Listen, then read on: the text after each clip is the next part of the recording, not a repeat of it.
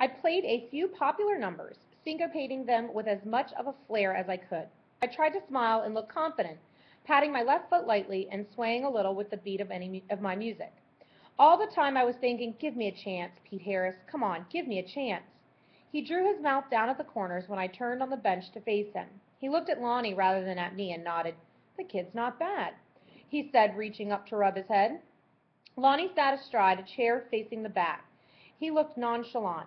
I might have felt that he was bored with the whole thing if I hadn't known better. That's right, he said.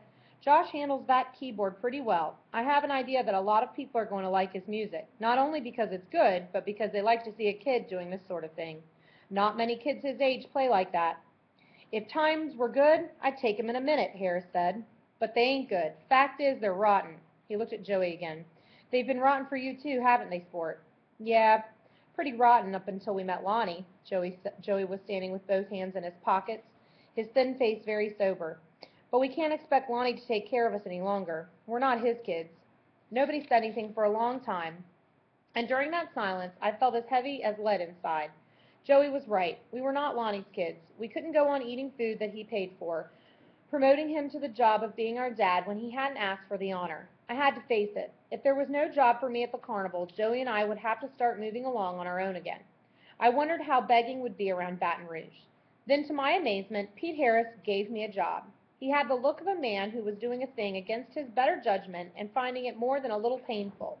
He said, I'm going to take you on, kid. You're pretty good. If you can learn to ballyhoo as well as you play, you just might be a good attraction. He paused and turned toward Joey.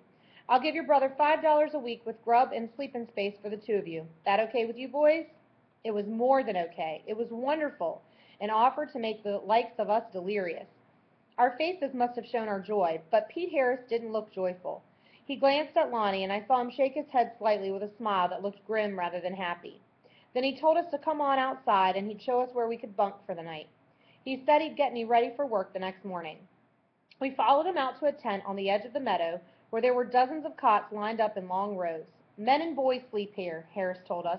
A few have their families in boxcars out on the sidings. Most don't have families at all, at least not here. I'll put you boys together down here at the end. The two dwarf men will be your neighbors. Edward C. is a fine little guy. Legan is a rattle-brained and gossipy as an old woman. But you don't need to pay any attention to him. They'll show you where the grub tent is in the morning. You come where you found me tonight, and I'll get you ready for work. He sighed as if he were tired and extended his hand to Lonnie. Glad to have made your acquaintance. I'll do right by the kids long as I can, like I told you. I just don't know. Lonnie had to leave us. He would drive most of the night to make up the time he'd lost in finding the carnival and Pete Harris for us. I was sorry for the delay and told him so, but he insisted that it didn't matter. I wanted to see you with a job before I left you, he said as we walked back to the truck with him. This is not exactly great, but it's a job.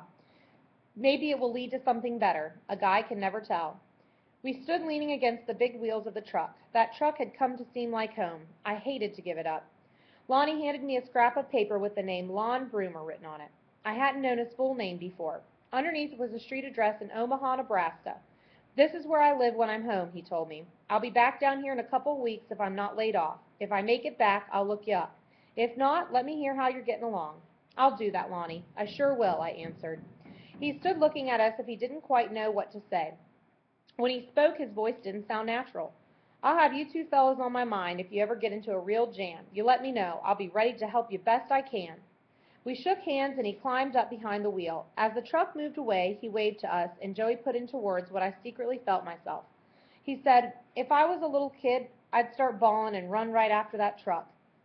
I couldn't say much of anything. It didn't occur to me to tell Joey that he was still a little kid. Somehow, I knew better.